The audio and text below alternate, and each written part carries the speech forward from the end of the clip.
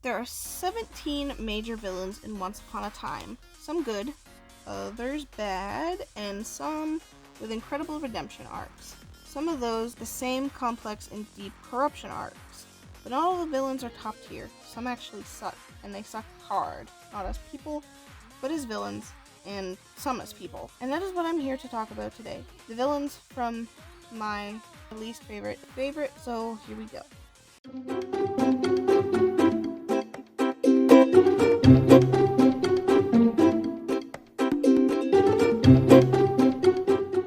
Number 17, Drizella. You know her, one of the two cruel stepsisters that Cinderella had? No, because neither do I. Drizella is a pointless villain, and she is the one from the 7th season to boot. The worst and most pointless season, making her the worst and most pointless villain. So congratulations, you are the worst of the bad, and you will never be forgiven for making season 7 happen because it sucks. The only thing that you were good for was dazzling dresses you wore, and that's it. Drizella is also a clone? Like, Cinderella and her stepsisters already exist in the show. We saw them in season 1. So having a second Cinderella and a second set of stepsisters and another stepmother, it was just not necessary to have her as a villain or a character. She's actually pointless, because removing season 7 and just making the final scene from the end of season 7 the finale to season 6 would have been just fine. Or make a pointless movie to end the show, but they didn't have to make a full-blown season. A useless season, but a season nonetheless. Number 16, Mother Gothel. She was a one-off villain and only existed for 5 minutes. Pointless and useless. But the only reason why she is above Drizella is because she gave us Dear Sweet Alice in an alternate timeline. Her existence also brought on the canon existence of Maui in a one-off line. So that's interesting, but we never see Mother Gothel again. Number 15, Hades. Now, I hate how Hades has always been depicted as a villain, and I thought they were going to give him a redemption arc given a few flashbacks, but he doesn't. And here is your spoiler alert, he kills Robin Hood. And I love Robin Hood. I love him so much. He gave Regina a chance, and gave Regina a reason to give love a second try. I'm getting ahead of myself. This is about how I dislike Hades, not why I love Robin. Anyway, Hades is number 15 on the list. Number 14, the Black Fairy. This ray of sunshine is a horrible person. She is frankly the worst. And she messed up Emma and Killian's wedding with a curse. Yay, another one. Very unoriginal and basic. Good job, Basic Villain 3. What she did give us, though, were some Emma scenes about her past, and she's also the reason we got the musical episode, so I can't hate her that much, as I love that episode. Killian dances and sings about killing Rumpelstiltskin, so it's all fun and games. Number 13, Ursula. She is an interesting villain, she helps Rumpelstiltskin, but also seems to be two different characters. A golden statue in Eric's palace, / a myth, and this other character with a tragic backstory. Eventually going through a rushed redemption arc and then disappearing. But she did do more than the other villains lower on this list, so I like her more. And she has a beautiful voice. She also used to be a mermaid, which is very interesting. Number 12, the Snow Queen. The Snow Queen is a character they brought in from the original book that Frozen takes inspiration from. The Snow Queen is the sister of Indid and their third sister, Greta. The Snow Queen's name is Ingrid.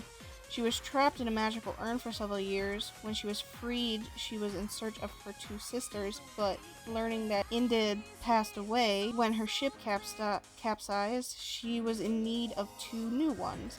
She used Rumpelstiltskin to help her find two new sisters, one being Elsa and the other being Emma. She eventually sacrifices herself to save them in Storybrooke and dies, so she's kind of irrelevant now. Number 11, Cruella de Vil. She is the second of the Dark Three, Ursula being the first. Cruella de Vil has a connection to another villain that is unlike the others, but he'll come in later. Cruella de Vil is believed and told by other people that she was abused by her mother, but her mother was protecting others from her. She had killed her father and 3 other stepfathers.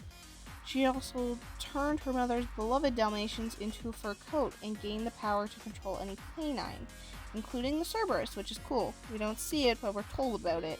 She can also control Maleficent when she's in her dragon form, which is also very cool. Number 10, Cora. She is the mother of Regina, and made her the way she was. Cora killed, abandoned, and betrayed to get into the position of queen. She had a fling with Rumpel. It was horrible. I hated it. But Cora gaslit, gatekeep, and girl bossed all her way to the top. But not to the top of my list. Cora is also the Queen of Hearts, which is an unexpected turn of events, but very cool. Number 9, Peter Pan. We're gonna rip this band-aid off, so spoiler alert, Peter Pan is Rumpelstiltskin's father. I said it, and yes, it looks impossible, as Peter Pan looks like he's 12, but that's not the case. He traded Rumpelstiltskin for eternal youth, but that didn't last as he ended up dying, and we got to see him in hell, so burn baby burn. Peter Pan is like number 1 worst dad on the list of bad dads in this show.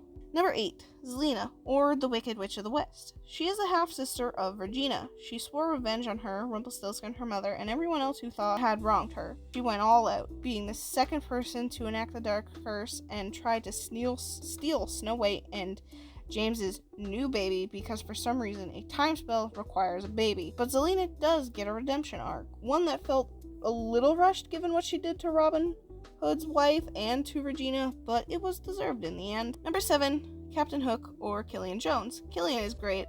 Colin O'Donoghue does a great job at playing this former Lost Boy pirate and revenge-driven soul. He has found a path to redemption through Emma, removing his villain status. As a villain was to put it in simple terms, a playboy, but Emma brought him out of that, and in another timeline, he was the father of Alice Jones. In both timelines, Killian becomes a good guy, which shows that he always had the potential for it, he just needed that push. Number 6, Dark Hook. Dark Hook is just Killian as a Dark One during Season 5, when Emma also became a Dark One. It's a long story, but the one where Killian becomes the Dark One is from almost dying and Emma saving his life by making him a Dark One. Number 5, Dark Swan. Emma Swan is a hero. Once the dark magic inside Mr. Gold got out, it was looking for a new host, and to save Regina from being corrupted, she took the corruption from her and became the Dark One. While the Dark One, they went to Camelot to free her from the curse by the one man who made it, Merlin. Number 4, the author. The author is a man who has been writing the stories. He had been doing his job well until he started to influence the stories himself, which is against the rule of the Authors Guild. He was trapped inside the book by the sorcerer, but had already caused a lot of damage, like giving Corella her powers and making Maleficent lose her child, but not in that way, thankfully. In the end, the author was put back into the book and his reign was over. In the top 3 now is Maleficent. She is a great villain. She is also a mother, and she could turn into a dragon, which is freaking awesome. Maleficent is a sympathetic person. She had at one point given up on life, but Regina helped her get her flame back, as she says it.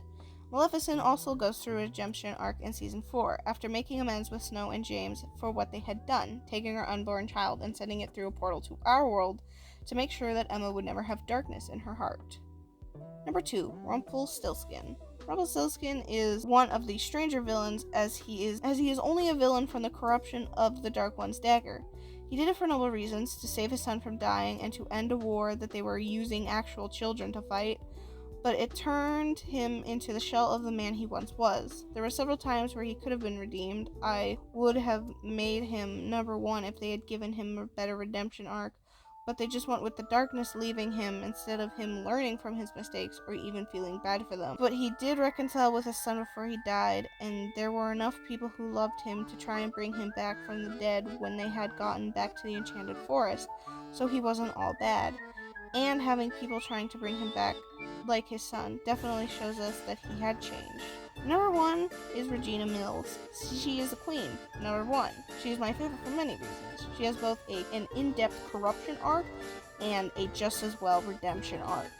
The other villains lower on this list, with the exception of Dark Swan and Dark Hook maybe, didn't have to go far to become evil.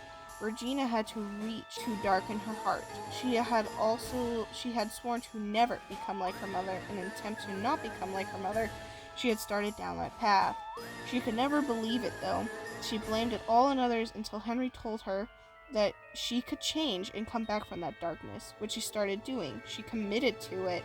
She became a better person and began getting the respect that she wanted instead of being feared. Not fully unfeared, though. There were many people who still fear her, but not the people who know her like Snow and Henry do. My favorite thing about Henry is that he actually hyphenated his name to be Henry Mills Swan. It's a nice touch, especially for the end. Anyway, that's all of them and the reasons why I like and don't like them.